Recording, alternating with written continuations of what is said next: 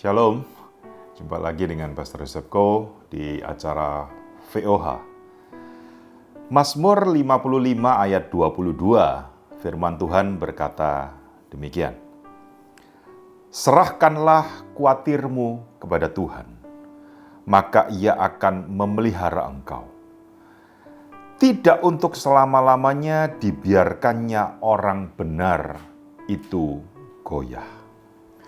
Saudaraku yang kekasih di dalam Tuhan, kalau kita membaca sepintas daripada ayat ini, kelihatannya ayat ini sangat mengenakkan di telinga kita.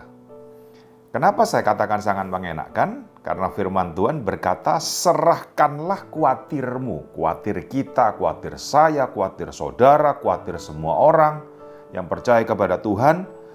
Serahkanlah kuatirmu kepada Tuhan, maka Ia akan memelihara engkau. Kalau saya putus ayat ini sampai di sini saja, kelihatannya enak banget. Kita dalam situasi yang sekarang lagi parah-parahnya, ya mutasi virus baru, yaitu Omikron, kita semua sedang takut. Dan saya rasa ayat ini paling cocok kalau kita baca atau kita terapkan dalam kehidupan kita. Serahkanlah semua sama Tuhan.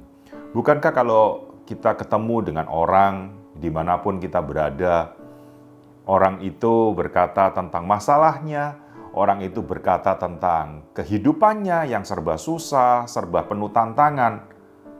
Apa jawaban kita yang paling jitu? Serahkanlah semua sama Tuhan. Itu jawaban yang paling klasik, yang paling sering diucapkan. Tetapi mari kita teliti ayat ini. Apa yang pemazmur maksud di dalam ayat ini? Serahkanlah kuatirmu kepada Tuhan, maka Ia akan memelihara engkau. Itu kita aminkan. Tetapi saudaraku yang kekasih, kita tidak bisa diam dan berhenti sampai dengan titik di ayat itu. Ayat itu berbicara tidak untuk selama-lamanya dibiarkannya orang benar itu goyah. Nah, ternyata ada dua sisi di ayat ini. Yang pertama adalah kita sebagai orang yang percaya kepada Tuhan, kita disuruh menyerahkan segala kekhawatiran kita, masalah kita, apapun yang kita hadapi di dalam tangan Tuhan. Lalu ada orang banyak berbicara begini, saya sudah menyerahkan semuanya, tetapi kenapa sampai sekarang itu kok rasa-rasanya belum ada jawaban atau belum ada perbaikan dalam setiap masalah kehidupan saya? Jangan-jangan, saudaraku, kita tidak membaca ayat ini dan kita memenggal ayat ini hanya sepotong. Kita menyerahkan kepada tangan Tuhan. Dan firman Tuhan juga jelas, pemazmur berkata bahwa tidak dibiarkannya orang benar. Siapa orang benar? Orang benar adalah orang yang mempunyai hubungan yang intim dengan Tuhan. Orang benar adalah orang yang mengerti betul apa yang menjadi kehendaknya. Sering kita memaksakan kehendak kita, bukan?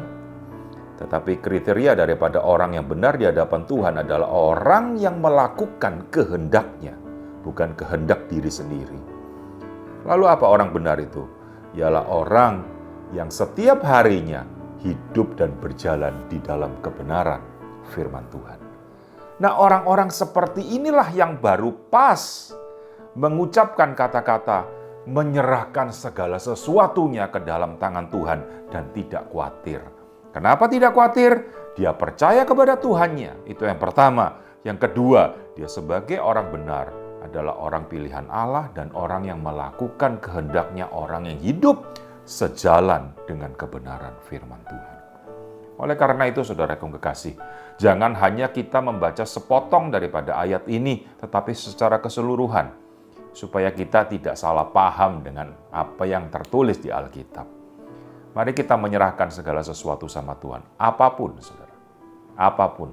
Kendala kita, bisnis kita, studi kita, ataupun keadaan yang lagi virus COVID-19 di mana-mana. Kita serahkan sama Tuhan. Tetapi, saudaraku, bukan hanya menyerahkan, marilah kita menjadi orang yang benar. Orang yang tahu apa yang Tuhan mau. orang yang punya hubungan yang dekat, yang intim dengan Tuhan, dan orang yang menjalankan atau hidup berjalan sesuai dengan kebenaran Injil. Kiranya ini memberkati saudara semua.